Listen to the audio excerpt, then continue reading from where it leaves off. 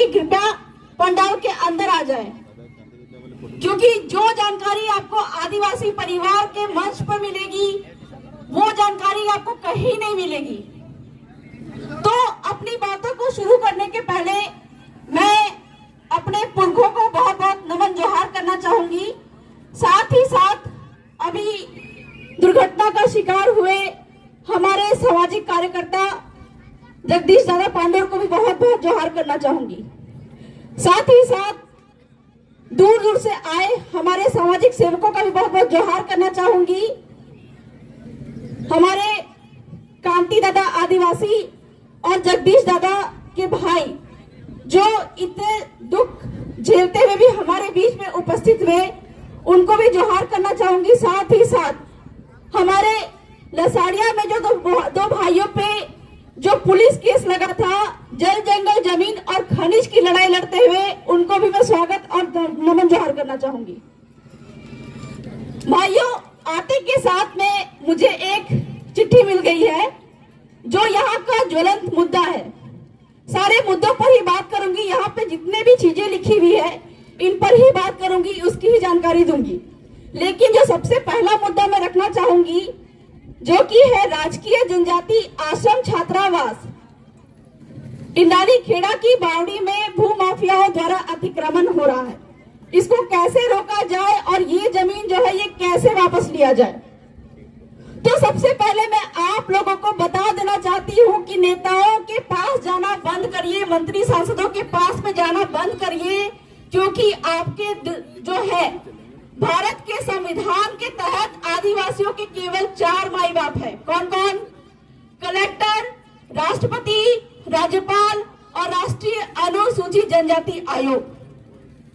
अगर आदिवासियों के साथ में किसी भी तरह का अत्याचार होता है, जल जंगल जमीन से लेके किसी भी तरह का अत्याचार होता है, तो आप लोगों को सीधे जाके कलेक्टर, राष्ट्रपति, राज्यपाल और अनुसूचित जनजाति आयोग को सूचित करवाना है। कैसे करवाना है? कल तक हमारे बाप दादाओं ने लड़ाइयां लड़ी थी, मुगलों से, तुर्कों से लड़ाइयां लड़ी थी, वो तीर धनुष से लेकर लड़ाइयां लड़ी थी। लेकिन वर्तमान के समय में हमको तीर धनुष की लड़ाई नहीं लड़नी है, हमको कागज कलम की लड़ाई लड़नी है।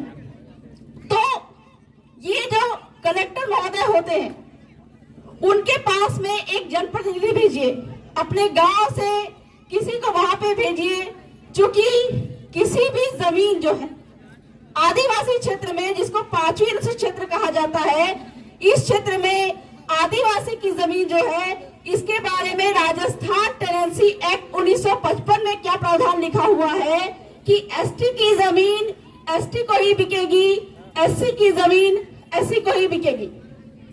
और साथ ही साथ एक बात ये भी लिखा हुआ है कि कलेक्टर महोदय की पूर्व मंजूरी के बिना आदिवासी की जमीन किसी को नहीं दी जाएगी।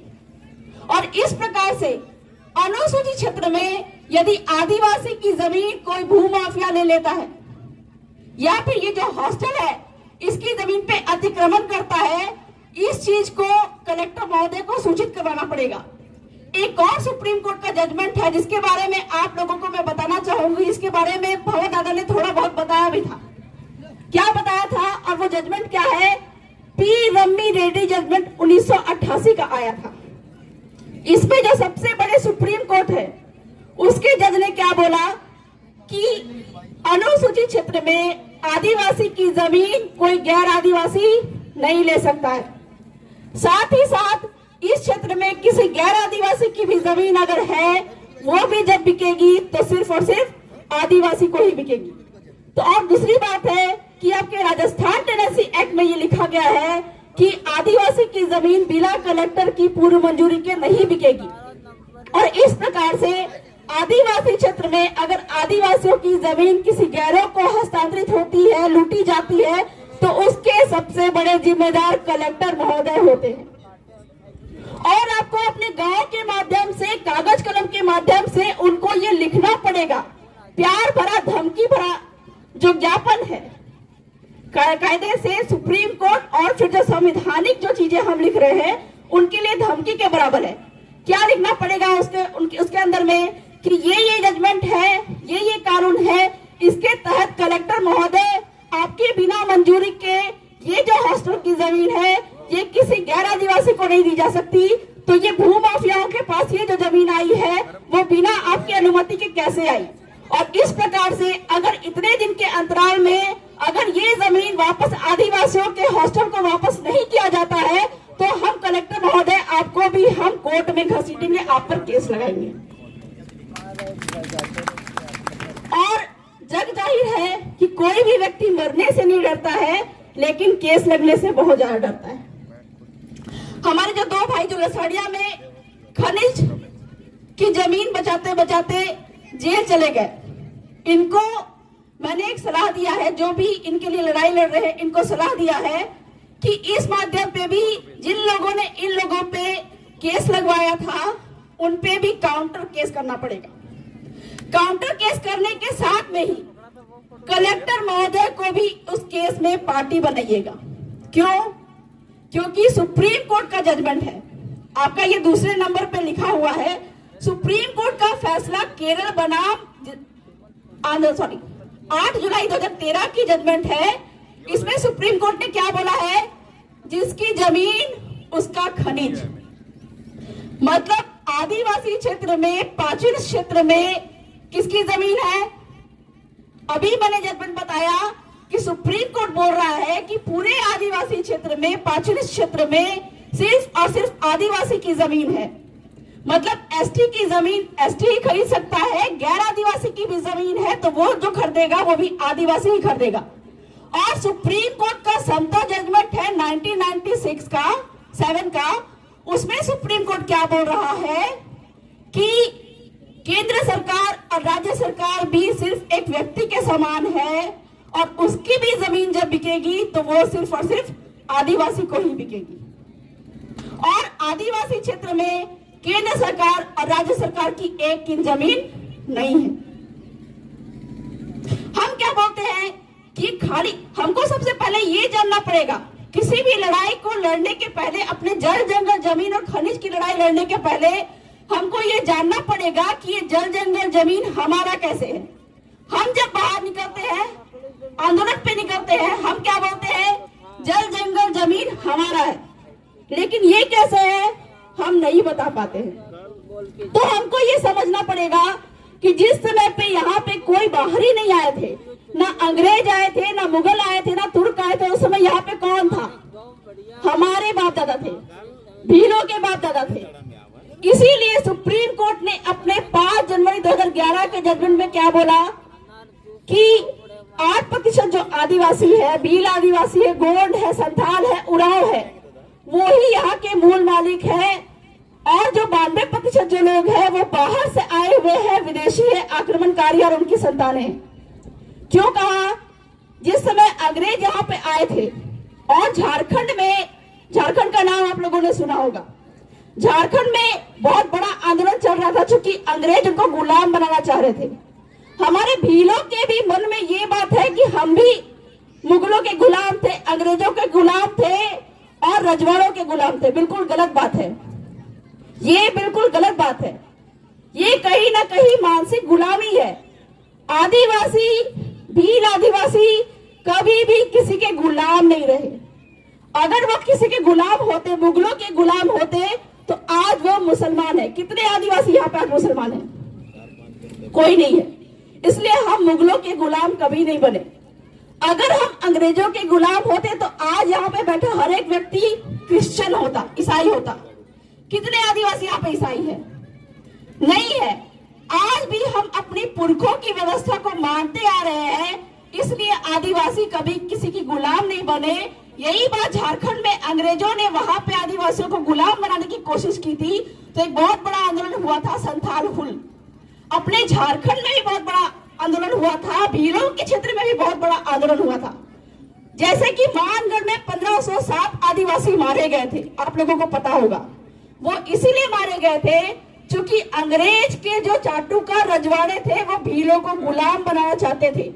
और हमारे जो भगत थे, है ना, जितने भी भगत थे, उन्होंने क्या किया? उनको मालूम चल गया कि अंग्रेजी शराब के माध्यम से भीलों को गुलाम बनाया जाएगा, इसलिए उन्होंने मानगढ़ पे एक सम्मेलन बुलाया और कल की ही बात है, 19 जून 1947 को हमारी कलीबाई कलासवा, सेंगाबाई भील और नानाभाई खाट, इन तीनों पर अंग्रेजों का आक्रमण हुआ था। और हमको ये कहा जाता है कि कलीबाई कलासवा, जिनकी कल शहादत दिवस थी, वो शिक्षा की देवी थी। लेकिन एक बात मैं आप लोगों को साफ साफ बता देना चाहती हूँ कि कलीबाई कलासवा और नानाभाई खाट की जो हत्या हुई थी, वो शिक्षा के कारण नहीं, स्कूल के कारण नहीं, वो इसलिए हुई थी क्योंकि अंग्रेजों ने 3 जून 1947 को ये बात साफ साफ कह दी थी कि आदिवासी हमारे गुलाम नहीं थे, भील हमारे गुलाम नहीं थे। और 3 जून 1947 के ब्रिटिश एक्ट के प्लान में हम ये निश्चित करते हैं कि आदिवासी चाहे तो अपना अलग देश, अपना भीलिस्तान बना सकते हैं। और ये बात देश के सरकारों को पसंद नहीं आई, इसलिए मानगढ़ पे हत्याकांड करवा दिया। और 19 जून 1947 यानी कल के दिन ही उन्होंने नानाभाई खाट और कलीबाई कलासवा का कत्ल कर दिया ताकि भीलों तक ये बात नहीं पहुंचे। लेकिन इसी बात को संविधान बनने के साथ में ही अलग देश की बात तो हम नहीं करते हैं, लेकिन अलग प्रदेश की मांग हम करते हैं, भील प्रदेश की मांग करते हैं, ताकि भीलों का जो राजनीतिक, शैक्षणिक और आर्थिक विकास हो सके। और जो हम चाहते हैं कि आदिवासियों को सारे जगहों पे, चाहे वो सांसद, विधायक, मंत्री, मुख्यमंत्री हो, चाहे वो स्कूलों में जितने भी पोस्ट है, चाहे वो सरकारी नौकरी में कितने भी पोस्ट है, जल जंगल जमीन खनिज पे जो अधिकार है, वो आदिवासियों को तभी मिल सकता है जब वो भील प्रदेश बन जाए। तो सुप्रीम कोर्ट के समता जजमेंट में ये कहा कि आदिवासी क्षेत्र में केंद्र सरकार और राज्य सरकार की एक इंच जमीन नहीं है। ये इसलिए कहा क्योंकि आदिवासी कभी किसी के गुलाम नहीं थे। और मैं ये जो बात कर रही हूँ कि लसाड़िया में जो इन पे जो केस हुआ, इस केस में कलेक्टर महोदय को भी पार्टी बनाना चाहिए। क्यों? क्योंकि अंग्रेजों ने कलेक्टर महोदय को ही आदिवासियों का कर्ता धर्ता बनाया और उनकी बिना मंजूरी के ना आदिवासी की जमीन किसी गैर को जा सकती है, ना जंगल किसी गैर को जा सकता है, ना खनिज किसी गैर को जा सकता है। और जिस जमीन की लड़ाई वो लड़ रहे थे, जहाँ पे गैरों ने खनन करना शुरू किया है, सीधी सी बात है कि राजस्थान टेनेसी एक्ट में कलेक्टर महोदय की पूर्व मंजूरी आवश्यक होती है। तो वहां पे जो खनन हो रहा था गैर आदिवासियों के द्वारा, वो कलेक्टर महोदय की पूर्व मंजूरी के साथ ही हो रहा था। इस प्रकार से कलेक्टर महोदय संविधान कानून के खिलाफ जाके काम कर रहे हैं और इस प्रकार से संविधान कानून के खिलाफ जो भी जाता है उन पे सीधे देशद्रोह का केस लगता है। तो लसाड़िया की ये जो भाई है, इनसे मैं अनुरोध करूंगी कि कलेक्टर महोदय को भी पार्टी बनाइए ताकि आइंदा किसी भी भील आदिवासी की जल जंगल जमीन और खनिज पे आंख उठाकर देखने से पहले भी वो 10 बार सोचेंगे। एक बहुत बड़ा मुद्दा है यहाँ पे वन विभाग का। जैसा कि मैंने पहले भी बताया कि जल जंगल जमीन हमारा कैसे है ये हमको नहीं मालूम है। अंग्रेजों ने भी रिसर्च किया कि पूरे देश के जितने भी गैर आदिवासी रजवाड़े हैं वो हमारे अधीन आ जाते हैं, लेकिन ये कौन से लोग हैं जो कि हमारे अधीन नहीं आते हैं, मर जाते हैं, जन आंदोलन करते हैं, जिसमें लड़के लड़कियां, बड़े बूढ़े बच्चे सभी आते हैं, लेकिन कभी हमारी गुलामी स्वीकार नहीं करते हैं। तब जाके उन्होंने रिसर्च किया और उनको मालूम चला कि यही लोग जो है, जो यहाँ के मूल मालिक हैं और जो हमारी गुलामी स्वीकार करते हैं, वो बाहर से आए हुए विदेशी आक्रमणकारी हैं। और तब उन्होंने क्या बोला कि हमारे अंग्रेजों का कोई भी कानून यहाँ पे लागू नहीं होगा। यहाँ तक कि वन अधिकार अधिनियम 2006 के नाम पे जो वनों पे जो वनों ने कब्जा करके बैठा है, ये भी एक तरह से गलत है, इलीगल है। एक उदाहरण मैं बताना चाहूंगी, रतन महल जो कि गुजरात में है। गुजरात में रतन महल का जंगल है, वहां पर वन विभाग ने बहुत बड़ा कब्जा कर लिया। किस नाम पे? बीच अभ्यारण्य के नाम पे बहुत बड़ा जंगल को कब्जा करना चाहा और वहां पे टेंट हाउस लगाए, कमाई करने लगे, वहां पे जो रेस्टोरेंट खोला। तो आदिवासियों को के बहुत बड़े जंगल को उन्होंने रीच अभ्यारण्य बनाकर अपने अंदर में ले लिया। वहां के आदिवासियों को आपत्ति हुई, भील आदिवासियों को आपत्ति हुई। तब उनको मालूम चला कौन से जजमेंट के बारे में, न लोकसभा न विधानसभा, सबसे ऊंची ग्राम सभा। ये कैसे है ये भी मैं बताऊंगी। उनको ये बात का मालूम चला, तब उन्होंने क्या किया, ग्राम सभा बनाई। कौन सी ग्राम सभा? जो हमारी पालवी व्यवस्था की ग्राम व्यवस्था थी, हमारे बाप दादाओं की पाल व्यवस्था थी, उनकी ग्राम व्यवस्था थी। और उस ग्राम सभा के द्वारा उन्होंने वन विभाग को नोटिस भेजा कि ये जो वन विभाग है वो किसके नाम पे है। आरटीआई किया, सूचना का अधिकार अधिनियम के तहत उनसे जानकारी मांगी। तब उनको मालूम चला कि ये जो वन विभाग पे रीछ अभयारण्य के नाम पे वन विभाग ने कब्जा करके बैठा हुआ है वो 114 आदिवासियों के नाम पर है। तब जाके वहां के आदिवासियों ने क्या कहा कि हम आपके खिलाफ में कोर्ट में जाएंगे। अब कोर्ट में जाने के नाम से वो डर गए। क्यों? क्योंकि ना सिर्फ आदिवासियों को जंगल वापस करना पड़ेगा, बल्कि इतने दिन जो हमने जंगलों से कमाई किया है वो भी इनको वापस लौटाना पड़ेगा, मुआवजा। तब जाके उन्होंने वहां के गांव के जो गमेती पटेल है उनको ये कहा कि यहाँ पे जो छोटा सा जो रेस्टोरेंट चल रहा है, जो कि गैर आदिवासी यहाँ पे कोई बाहर से आके इसको चला रहा है, इसको तुम चलाओ। और हमारे गांव के जो पटेल गमेती ने उस जो रेस्टोरेंट को चलाना शुरू किया, देसी खाना, भीली खाना वहां पे देना शुरू किया। और उसने ये बताया कि दीदी मेरी एक दिन की कमाई जो है वहां पे 1 लाख रुपए होती है, वही देसी खाना देकर। तो जल हमारा, जंगल हमारा, जमीन हमारा। कैसे? क्योंकि जिस समय यहाँ पे ना मुगल थे, ना अंग्रेज थे, ना कोई था, उस समय यहाँ पे आदिवासी थे। उन्होंने क्या किया, हमारे बाप दादाओं ने गांव का सीमाना तय किया। गांव का सीमाना तय करने के बाद में उन्होंने जंगल देखा कि हमारे यहाँ जो वंश है वो इस जंगल से पेड़ तोड़ेंगे और जो फल फूल है उसको तोड़ेंगे। उन्होंने नदी देखा कि हमारे जो आने वाले वंश है इस नदी तालाब से पानी पिएंगे। उन्होंने खाली पड़ी जमीन देखी कि हमारे यहाँ के जो पशु है वो इस खाली पड़ी जमीन में चारा चरेंगे। तो इस प्रकार से ये जो जमीनें हैं, यहाँ पे बैठे हर एक भीड़ को जो जमीनें मिलती है वो बाप के बाप के बाप के बाप से मिलती है। हमारे यहाँ पे लड़कियों को जमीन में हिस्सा नहीं देते। क्यों नहीं देते? क्योंकि लड़की अगर किसी गैर आदिवासी से शादी कर लेगी तो गांव की जमीन भी किसी गैर आदिवासी के पास में चली जाएगी। लेकिन लड़कों को जो जमीन मिलती है वो बाप के बाप के बाप के बाप से मिलती है। खाली पड़ी जमीन जो होती है, हम क्या बोलते हैं, किसकी जमीन है? गांव के अंदर की खाली पड़ी जमीन, हमको लगता है कि ये जो खाली पड़ी जमीन है वो सरकार की जमीन है।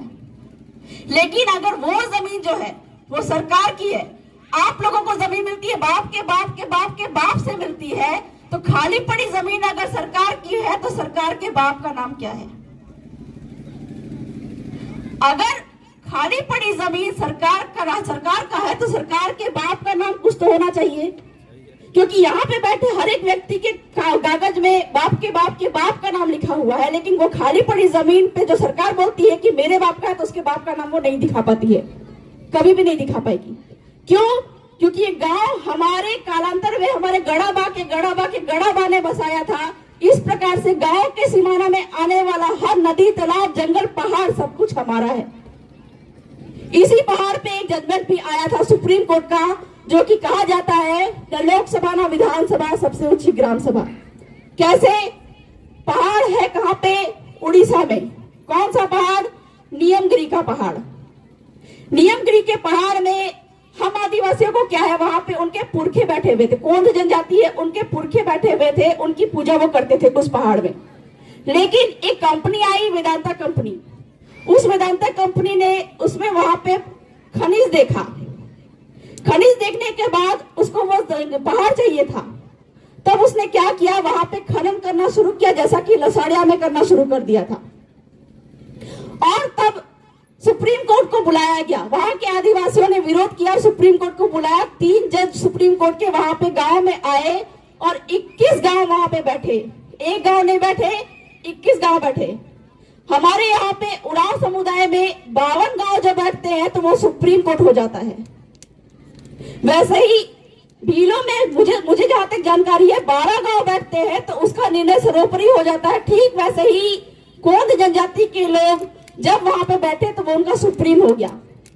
तब उन्होंने एक सुर में कहा, 21 गांव ने क्या बोला कि हम अपनी जमीन को किसी कंपनी को नहीं देंगे। और सुप्रीम कोर्ट ने क्या बोला कि मैं आदिवासियों के रूढ़िगत गांव सभा के खिलाफ नहीं जाऊंगा। और उसी दिन से ये जजमेंट आया, न लोकसभा न विधानसभा, सबसे ऊंची ग्राम सभा। और इसी ग्राम सभा के पावर को, जो कि आपके बाप दादाओं ने लड़ाई लड़के दिलवाया है, इसी ग्राम सभा का पावर आज भी संविधान में है, 5वीं सूची में है। और इसी ग्राम सभा का पावर आपके एक एक्ट है, कानून है, जिसको बोला जाता है भूमि अधिग्रहण कानून 2013। उसका सेक्शन 41-42 में क्या बोलता है कि एक तो अनुसूचित क्षेत्र यानी कि आदिवासी क्षेत्र में आप जमीन ले ही नहीं सकते, और अगर ले सकते हैं, आपको लेना बहुत जरूरी है, तो विकास कार्य के लिए लीजिएगा, स्कूल, सड़क, शिक्षा, चिकित्सा के लिए लीजिएगा, उसके अलावा नहीं लीजिएगा।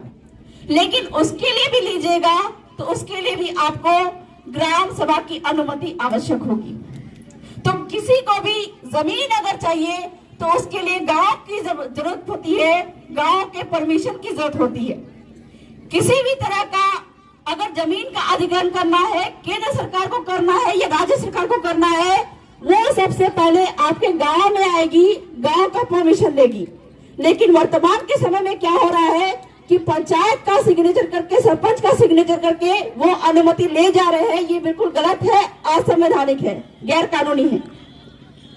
असल में होना ये चाहिए कि पूरा का पूरा गांव बैठे, गांव प्रस्ताव पारित करे कि हाँ, हम इस प्रोजेक्ट के लिए अपनी जमीन देना चाहते हैं। हाँ, हम इस नदी का पानी, अगर यहाँ बांध बन रहा है तो हम ये जमीन देना चाहते हैं। हाँ, यहाँ पे खनन हो रहा है तो हम ये जमीन देना चाहते हैं। तब जाके कलेक्टर महोदय उस जमीन को दूसरों को उपलब्ध कराएंगे, चाहे वो सरकार हो, चाहे कंपनी हो, चाहे कोई हो, चाहे गैर आदिवासी हो। बिना गांव की अनुमति के आदिवासियों की जमीन किसी गैर को, ना किसी कंपनी को, ना किसी सरकार को दी जाएगी।